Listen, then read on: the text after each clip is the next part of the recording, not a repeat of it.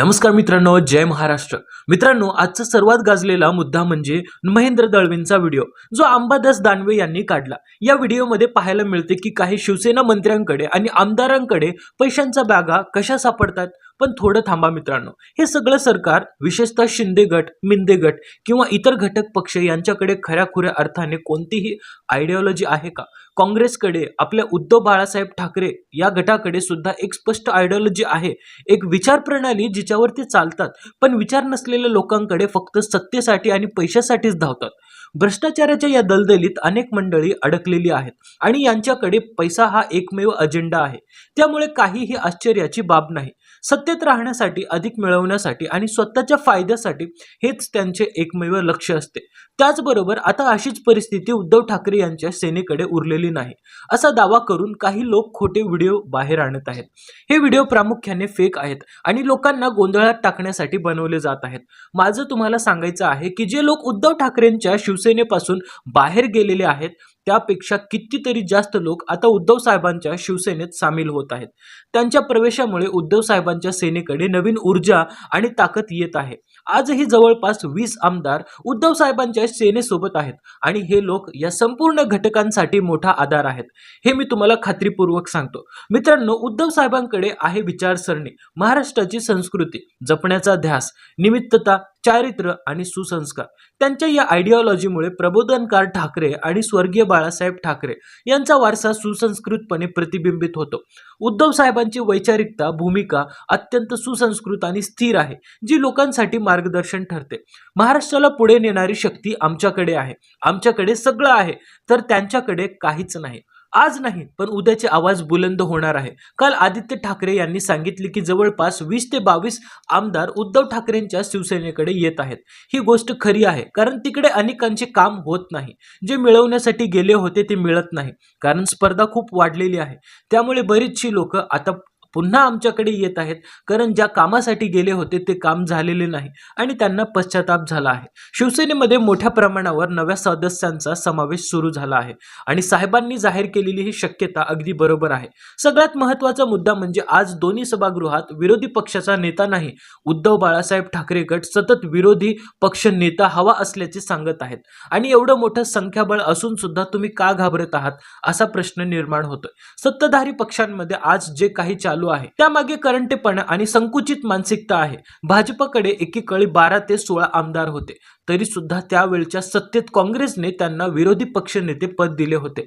आज आमच्याकडे म्हणजेच उद्धव बाळासाहेब ठाकरे यांच्याकडे त्यांच्यापेक्षा जास्त संख्या आहे आणि महाविकास आघाडीतील शिवसेना घटक पक्ष सर्वाधिक जागा जिंकून आलेला असल्यामुळे आम्ही विरोधी पक्षनेत्याची मागणी करत आहोत। परंतु शिवसेना उद्धव बाळासाहेब ठाकरेंना हे सरकार घाबरत आहे आणि विरोधी पक्षनेते पद मिळाल्यास त्यांना संविधानिक अधिकार मिळतो। त्यामुळे ही स्थिरता टिकेल का? महाविकास आघाडी आणि विशेषतः उद्धव बाळासाहेब ठाकरे यांच्या शिवसेना पक्षाला अस्थिर राहण्याची भीती नाही, संसाधने मिळणार नाहीत याची चिंता करणे अवास्तव आहे। त्यांचा प्रत्येक ठिकाणी उद्देश म्हणजे जास्तीत जास्त प्रभाव राखणे हा आहे। हा त्यांच्या संस्काराचा भाग सुद्धा आहे।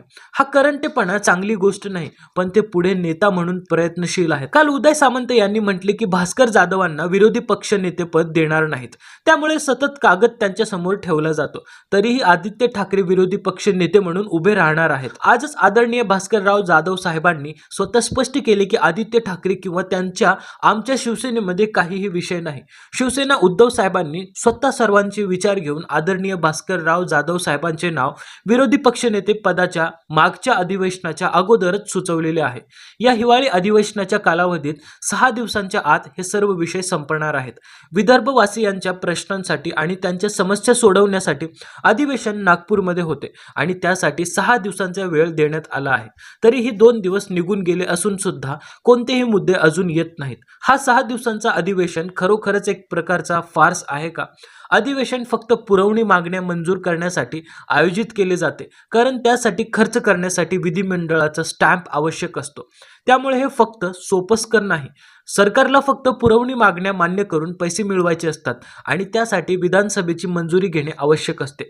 या प्रक्रियेसाठी 6 दिवसांचा कालावधी लागतो. जर 2 दिवसात ही कामं होऊ शकली असती तर 2 दिवस ठेवले असते. यामुळे विदर्भवासियांचे मूळ प्रश्न अजूनही मार्गी लागलेले नाहीत. शेतकऱ्यांचे मूळ प्रश्न सोयाबीन, कपाशी, भाव फरक, अतिवृष्टीमुळे होणारी नुकसान भरपाई यावर अजून कोणतीही ठोस उपाययोजना झाली नाही.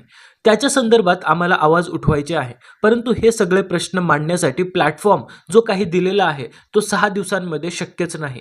त्याच्यामुळे अतिशय कमी कालावधीमध्ये अधिवेशन असल्यामुळे आमची सगळ्यांची अडचण झाली आहे. विदर्भातल्या शेतकरी वर्गाचे, युवा वर्गाचे, शिक्षण क्षेत्रातील सर्व हरज असलेले विदर्भातले प्रलंबित प्रश्न पडलेले आहेत. ते मांडण्यासाठी खरोखर हा अधिवेशनाचा कालावधी अत्यल्प आहे का? अत्यल्प म्हणजे तो फारच कमी आहे. बरं, सध्या एक वेगळा प्रश्न म्हणून करतो. सध्या राज ठाकरे आणि उद्धव ठाकरे एकत्र येणार, युती होणार अशी एक शक्यता आहे. पण सत्ताधारी असं म्हणतात की मुंबईच्या पलीकडे यांचा काहीच प्रभाव नाहीये. एक आणि दुसरं अजूनही राज ठाकरे काहीच बोलत नाहीयेत. घाई चालली आहे ती उद्धव ठाकरेंची चालली आहे. तुम्ही कसं पाहता याकडे? नाही, 2 भावांचे मनोमिलन फक्त 2 भावांचे नाही तर महाराष्ट्रातील तमाम जनतेसाठी एक सुखद धक्का आहे.